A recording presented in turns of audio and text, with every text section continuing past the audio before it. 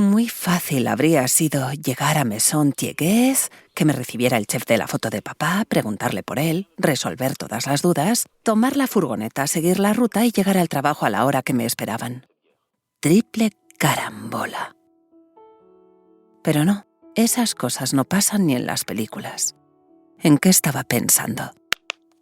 Hija, anoche me quedé dormida. ¿Qué tal llegaste a casa? ¿Ya estás en el trabajo? Solo te pedí una cosa. Una cosa. Vamos, dime que está todo bien. No seas... Un beso, hija. Y cuídate mucho. ¡Al fin! Mamá, perdóname que hasta ahora no he podido cargar el móvil. ¿Dónde estás?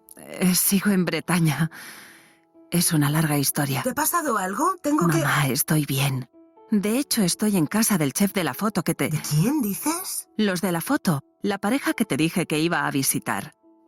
Estoy en el restaurante donde papá se hizo esa foto. Pasaré la noche en su casa. Bueno, en realidad ahora es un hotel. Baptiste Daniel no resultó ser quien yo esperaba. Era el hijo del chef que conoció papá, aunque ahora llevaba él el restaurante. En 2017 se convirtió en el cocinero más joven de Francia en recibir una estrella Michelin, con solo 25 años. Y desde entonces había transformado por completo su antigua casa familiar de 3 generaciones en un espacio que combinaba el diseño moderno y contemporáneo, preservando todo el encanto de lo antiguo. Elegante, sin sofisticación. Así era Maison Thiegues. Un restaurante-hotel donde era fácil sentirse como en casa. Y al parecer, papá también lo convirtió en su hogar. ¿Y qué has descubierto, hija? ¿No decías que era mejor no remover el pasado? Bueno, ¿que me lo contarás o no? Papá les dejó a deber mucho dinero, muchísimo. Lucía, te dije que era mejor... Que no, que era broma. Me han dicho que se alojó en esta casa unos meses, que les ayudaba en la cocina a cambio de un techo. ¿Estás segura? Eso no es nada propio de tu padre. Que sí, mamá. Te lo juro. Me enseñaron fotos y se hizo pasar por gallego, mamá. ¿Tú te crees? El gallego. Así llamaban a tu bisabuelo, el que nació en la casa de Negueira, la que fue después nuestra casa. Voy a intentar hablar con François, el padre. Se ve que en 2 días vuelve de viaje. Tal vez debería esperarme hasta que... ¿Y tu trabajo? ¿No decías Supongo que me irá bien parar unos días, ¿no? Tu padre me contó que había un dicho bretón. Era algo así como... Llegas turista y te vas bretón. Igual hasta encuentras trabajo en una agencia de marketing. Estarías más cerca de Galicia. O monto una en Negueira. Así todavía estaría más cerca, ¿no? ¿Podrías acondicionar el despacho de papá? Mamá, no voy a volver a Negueira, pero prometo llamarte todos los días. Será como si estuviera allí, ya lo verás. Sentía que la estaba abandonando, cuando el que en realidad lo había hecho era papá. Seguía sin aceptar que se había ido. Por mucho que me esforzara en saber de él y de ese viaje que supuestamente lo cambió todo, no iba a lograr traerlo de vuelta. No iba a cambiarlo todo. De hecho, no iba a poder cambiar nada. Se la vi. Un secreto en Bretaña. El viaje que lo cambió todo. Episodio 2. La mujer de la foto.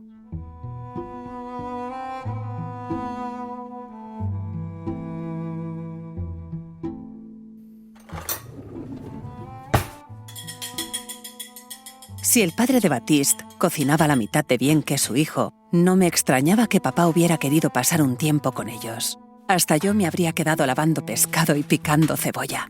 Era un espectáculo verle cocinar. Baptiste me invitó a sentarme en una barra junto a los fogones. Y su mujer y yo íbamos comiendo según lo iba emplatando. Todo era producto local, de un radio de 20 kilómetros. Todo, desde la carne hasta las setas. Incluso tenían su propio huerto. Fresquísimo y recién hecho. Nunca había probado nada igual. Cada bocado era una explosión de sabores. Vieiras crujientes y espinacas con mantequilla tostada. Foie gras al vapor de algas. Solomillo de ternera bretona con maracuyá y fina tarta de setas de la región. Eso sin hablar del postre. su famoso chocolate con melocotón y albaricoque, por el que le habían concedido la estrella Michelin. Su mujer, Marion, le ayudaba en la cocina e iba abriendo vinos. El maridaje era su especialidad. Cada plato venía con una recomendación diferente para potenciar los sabores, como si estos se pudieran potenciar más.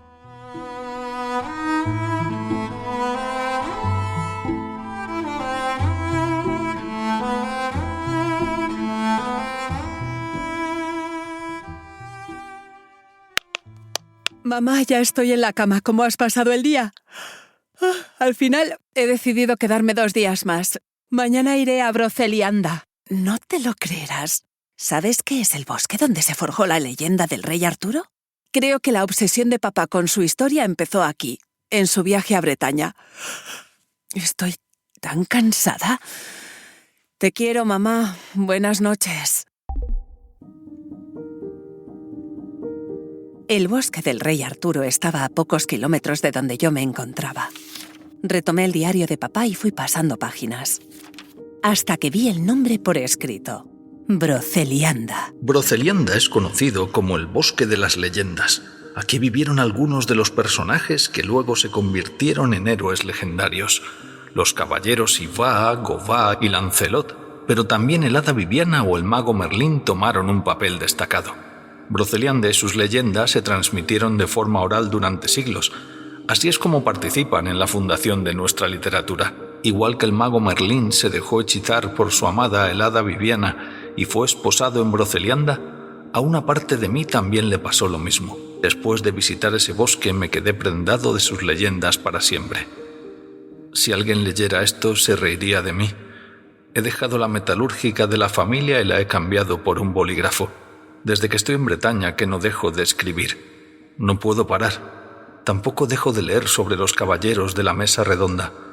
Para ser admitidos por el rey Arturo debían demostrar su valor caballeresco. Partían en solitario en busca de aventuras con las que poder probar su honor. Y su camino también pasaba por el bosque. Que mi viaje en solitario me haya traído aquí no tiene que ser casualidad. Lo mío sí que no fue casualidad. Me animé a visitar Brocelianda para rememorar las leyendas que me contaba papá. Y como él, también me decidí a cruzar el bosque en solitario, aunque mi aventura se limitaba a seguir las indicaciones de los senderos. Estaba todo perfectamente señalizado. Me crucé con excursionistas, también con familias. De hecho, la única que iba sola era yo, la única que iba a vivir una experiencia inmersiva, poniéndome en la piel de uno de los caballeros. Anduve hasta la tumba de Merlín, un sitio curioso de visitar, no tanto por la construcción en sí, 2 piedras recubiertas de musgo y rodeadas de árboles susurrantes, sino porque parecía más bien un lugar de peregrinaje. Había ofrendas, miraras donde miraras, desde flores hasta papeles doblados, con deseos o conjuros, metidos entre las grietas de la piedra. También me fijé que de un ramo de margaritas secas colgaba una pulsera con una cruz celta, igual que la que llevaba mamá. Y pensé que ella también hubiera querido dejar una ofrenda. Mamá, ¿me ves? Es una videollamada. Sí, lo veo. ¿Dónde estás? En la tumba del mago Merlín, el de las historias de papá. La gente viene aquí a dejar ofrendas. Deja algo tú también, de parte de las 2. A papá le hubiera gustado. Lo haré, aunque diría que él ya estuvo por aquí hace años. ¿Todavía sigues con ese viaje? Disfruta del tuyo, anda. No entiendo por qué no tienes curiosidad. Ah, por cierto, ¿sabías que las leyendas de papá estaban todas edulcoradas? El mago Merlín y el hada Viviana tenían una relación tóxica de manual. Siempre nos la vendieron como una historia de amor. Sin embargo, Merlín la encerró en un palacio de cristal y para que nadie se fijara en ella, lo escondió en el fondo de un lago. Vamos, todo muy sano. Pero la historia no acaba ahí. Ay, hija, si son leyendas. Nada de eso pasó en realidad. No pasó, pero tampoco está bien idealizar relaciones tormentosas. Así nos va el amor a mi generación. Cielo, tú te has casado con tu trabajo. Hace años que lo asumí. ¿Que me he casado con mi trabajo? Ah, vaya. Perdona, mamá, por querer tener una carrera y no conformarme con perseguir los sueños de un hombre. Bueno, hija, voy a dejarte, que en media hora me esperan en el banco para arreglar papeles y cosas. Lo siento, mamá. No sé por qué he dicho eso. Hablamos luego, ¿eh? ¿Qué me estaba pasando? Estaba enfadada con papá, era eso. Lo culpaba de haber hipotecado la vida de mamá jugando a ser el rey Arturo y la reina Ginebra en una aldea despoblada de Galicia. Mamá tal vez habría aspirado a más de no ser por él. ¿Qué es aspirar a más? Si ni siquiera sabía los sueños que tenía de joven. Tampoco los de papá. Fue extraño darme cuenta de que apenas los conocía. Le hablé a François de mi mujer, Clara. Le dije que tal vez me había equivocado huyendo, pero también sé que hubiera sido peor arrepentirme de no haber hecho nunca este viaje. Se lo hubiera echado en cara siempre. Bretaña me estaba mostrando una parte de mí que desconocía. De no haberme ido, jamás habría descubierto mi afición por la escritura, mi pasión por la historia y las historias. Estoy conociendo a gente interesantísima. Las sobremesas en la Maison Tigués se vuelven eternas. Hablamos de todo. Nos imaginamos capaces de cambiar el mundo. Sobre todo Lucy. Tiene un carisma que inspira. Ella me ha prestado algunos de los grandes clásicos y no puedo dejar de devorar libros. Ojalá los hubiera descubierto antes. No sé qué habría podido hacer de haberme sumergido en literatura de pequeño. Si mi madre me hubiera hecho leer en lugar de trabajar en la metalúrgica de la familia. Si en caso hubiera habido la afición por la lectura que había en casa de Lucy. ¿Lucy? ¿Era ella la misteriosa mujer de la Polaroid? Continué leyendo, pero ya no decía más. Seguía hablando de Brocelianda sin mencionar siquiera el árbol de oro, famosísimo en el lugar. Todos los excursionistas con los que me cruzaba me recomendaban que fuera a verlo. No era un árbol de verdad. Era una obra de arte del escultor François Davy. Se instaló años después del paso de papá por Brocelianda, tras el incendio de 1990 que devastó 500 hectáreas del bosque. La escultura evoca un castaño de oro que simboliza el renacimiento y la inmortalidad del bosque, y representa la solidaridad de los habitantes y asociaciones de la zona por preservar y conservar este paraje natural. Pasé otra noche en plena naturaleza y volví a contemplar las estrellas. Me acordé entonces del pasaje en el que Arturo se enfada con Lancelot, la de veces que me lo había contado papá, y qué diferente lo percibía ahora que ya no era una cría. La historia no era más que un grito de auxilio, un berrido procedente de lo más profundo de las entrañas de un hombre que, por muy rey que fuera, también tenía sus inseguridades y miedos, los mismos que estaba percibiendo en el diario de papá. Nunca había pensado en mis padres como personas con dudas, capaces de cometer errores. Y en realidad eran tan humanos como cualquiera de nosotros. En mi camino de vuelta visité La Porte des Secrets, un tour virtual e inmersivo instalado en la abadía de Paimpont. Pierre, el narrador, me recordó mucho a papá. Nos contó leyendas con la misma pasión que hacía él. Nos habló del trabajo del metal, un tema que curiosamente papá también sabía muy bien. Y hasta nos retó a buscar enanitos por el bosque. Conocía muy bien dónde se escondían. Era guardabosques en Brocelianda, un trabajo que sin duda a papá le hubiera ido como anillo al dedo. Lo que más me emocionó fue la parte final del recorrido, donde nos invitaron a extender la mano e interactuar con la exposición. Realmente sentí que me estaba llevando una parte del bosque conmigo. Y todavía ahora lo siento.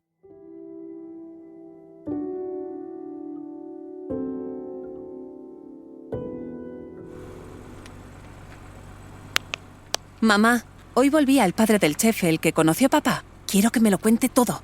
Y poder salir para Saint-Malo, como muy tarde después de comer.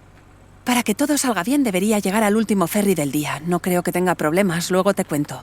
Besos. ¿Que no iba a haber problemas? Ja. Mis planes se torcieron, y con razón.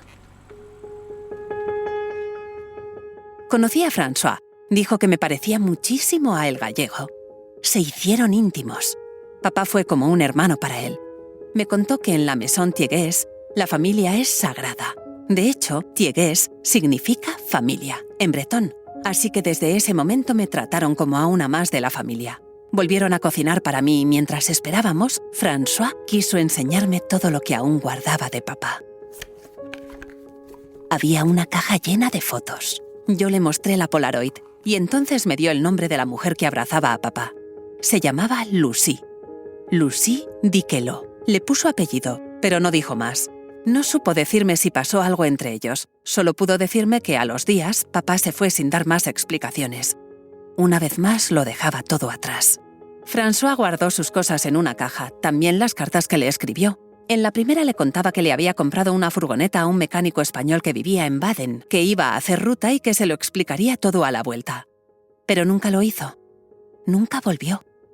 En la caja de los recuerdos también había recortes de libros, con páginas subrayadas, y hojas donde parecía ensayar dedicatorias de escritor. Pero eso no fue lo más sorprendente. No.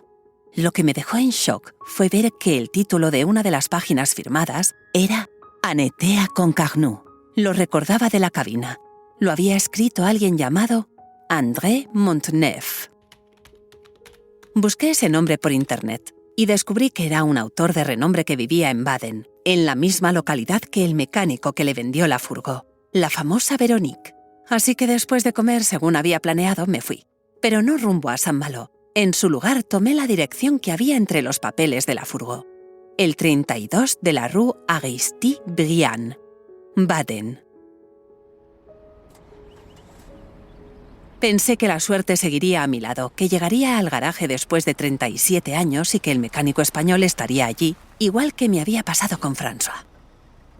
Pero no fue así. La nave ahora era un espacio de coworking. No quedaba nada del antiguo garaje. Tampoco había rastro del español que le vendió la furgoneta a papá. Atravesé la puerta de la nave, pero no pude adentrarme demasiado. Un grupo de 6 mujeres estaba realizando un taller de cerámica en el primer espacio a mano izquierda. Tenían la puerta abierta y desde fuera podía oír cómo el artista trabajaba el barro. Antoine Jaudin explicaba cómo se interesó por la cerámica. La idea había surgido 2 años atrás al mudarse a Bretaña. En su apartamento se encontró con un cuenco tradicional bretón que llevaba escrito un nombre, Véronique. Fue oír el nombre y no poder resistirme. «Excusez-moi», les pregunté si me podía quedar, y rápidamente me hicieron hueco en la mesa. Me senté y seguí escuchando su historia.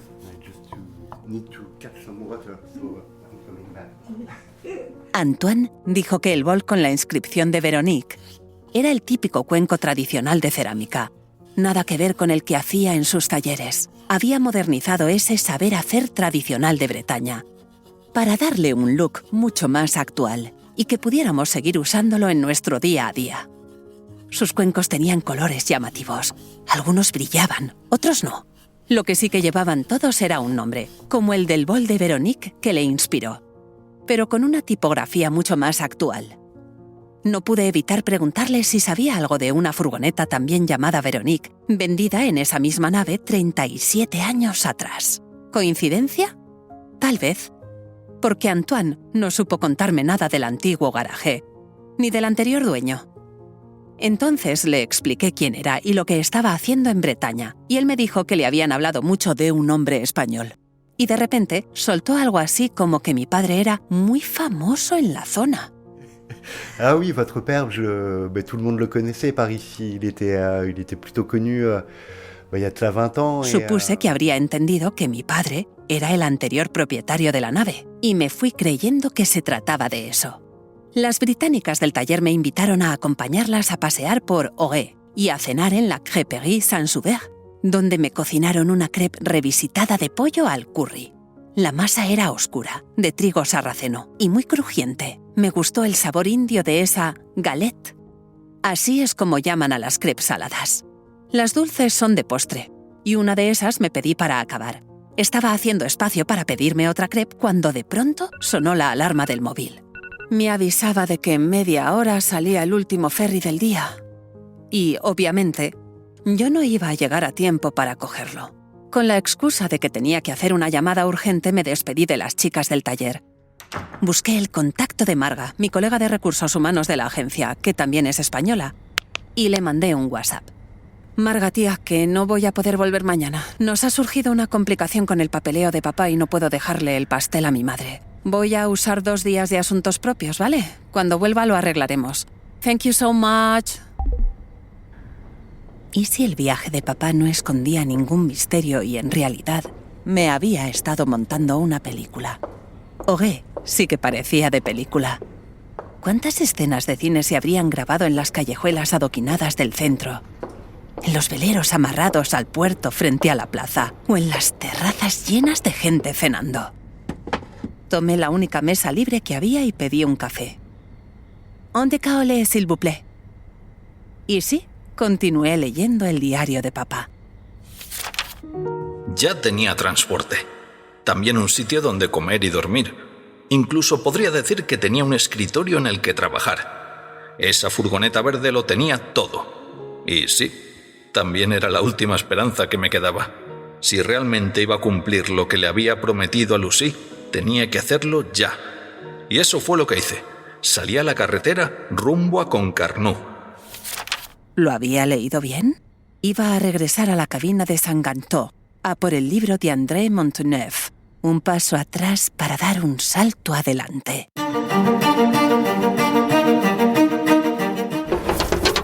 Pero el libro de Monteneuf ya no estaba en la cabina. No había ni rastro de él por ninguna parte. Volvía a estar sin nada. Página en blanco. Vacío. Miedo a empezar algo nuevo. Me había puesto la camiseta de rayas que Lucy me regaló. Esa de Le Minot. Quería que me viera con ella. Habíamos quedado en cuanto saliera del trabajo. Era la prueba de que me estaba integrando en la sociedad bretona. Me vino a la cabeza ese dicho popular que Lucy no dejaba de repetir. Llegas turista y te vas bretón. Aunque irme no entraba en mis planes todavía. Si quería cumplir la promesa, solo había una forma de hacerlo, tenía que convertirme en uno de ellos, en un auténtico bretón.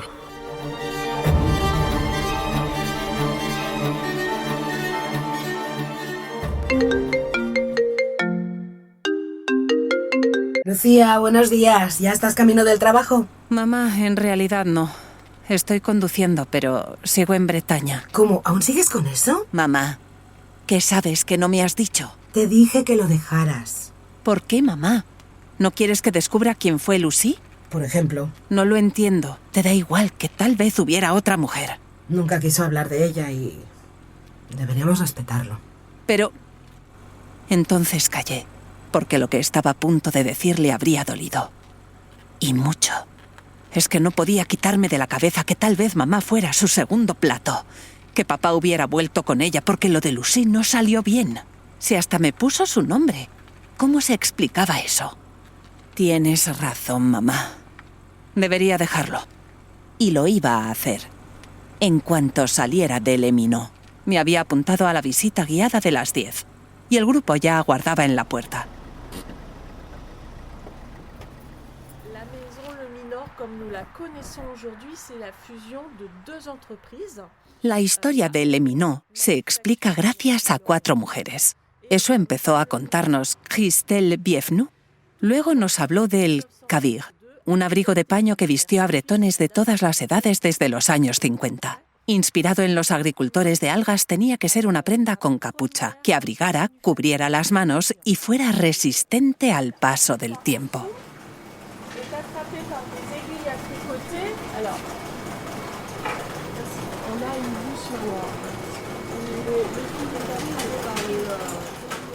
La marca continuó su desarrollo con piezas emblemáticas bretonas, como el jersey de rayas o el gorro marinero. Un conocimiento que la empresa supo transmitir de generación en generación hasta nuestros días. Nos lo contaba con tanta pasión. En Le Minot se imaginaban y reinventaban prendas marineras tradicionales, usando una maquinaria antigua que permitía la confección de diseños de alta calidad y combinándolo con un saber hacer riguroso y muy preciso. Cada prenda era una obra de arte, y así era tratada por las costureras, jovencísimas muchas de ellas. Así que no me hubiera extrañado que Lucy hubiera trabajado allí hacía más de 30 años. Esperé a que terminara la visita para acercarme a la guía. Esa mujer parecía saberlo todo de la marca, y esperaba que también pudiera ayudarme a identificar a Lucy Diquelot. Je ne la connais pas, je vais regarder si elle travaille toujours ici. Non, je suis désolée, elle ne travaille plus dans l'entreprise. Dijo que sí, que les constataba que alguien con ese nombre había trabajado allí, pero que de eso hacía años. Insinuó que podría estar en cualquier parte e incluso ya no estar. Había pasado demasiado. ¿Y si estaba persiguiendo a un fantasma? Concarneau es un pueblo pesquero, un rinconcito pequeño y muy tradicional, donde la mayoría aún vive dentro de los muros de una fortificación, como si siguiéramos en plena Edad Media. Esta villa iba a ser la primera parada de mi viaje, un viaje que iba a cambiarlo todo. Tal vez este podría ser el título. Me gusta. El viaje que lo cambiaría todo. Porque así lo sentía, y así pretendía que fuera esta aventura. Un nuevo amanecer. Continuará. ¿Cómo? ¿No hay más? El diario de papá terminaba ahí, en Concarneau, con un continuará que jamás cumplió. ¿Qué pudo haber pasado para que no siguiera escribiendo? Tenía que seguir investigando y solo había una forma: visitar por fin el pueblo que tantas veces había soñado durante el viaje. Concarneau. A diferencia de lo que había escrito papá en su diario, Concarneau sí se veía moderno. Tenía restaurantes de diseño a pie de puerto y a su vez había logrado conservar el encanto de pueblo fortificado. Crucé el puente y me adentré a la ciudad amurallada, que parecía haber sido levantada sobre el mar. Me sumergí en sus callejuelas adoquinadas, entre edificios medievales de cuento. Me compré un pastel de mantequilla en la Maison du Cunyaman y hasta subí a la parte alta de la muralla para recorrer la ciudadela de vuelta al puerto. Era un escenario fotogénico, junto al puerto. Saqué el móvil para capturar el momento y entonces vi que me había escrito mamá. Deja el tema y desconecta. ¿Cómo me conocía? Sabía que cuando algo se me metía entre ceja y ceja no había quien me frenara. Vale, mamá, no te he hecho caso. Sigo dándole vueltas. Es que creo que algo grave podría haberle pasado a Lucy. Lucy Diquelot se llamaba. Lucy Diquelot. He oído que estás buscando a Lucy Diquelot, dijo. Esa mujer fue mi bote salvavidas. Me sacó del fango en el que me había metido sin ser consciente aún de que lo que estaba por descubrir iba a cambiar nuestra percepción de papá para siempre. Creo que podría ayudarte, acabó diciendo. Y lo hizo. Aquella buena samaritana me devolvió a tierra firme.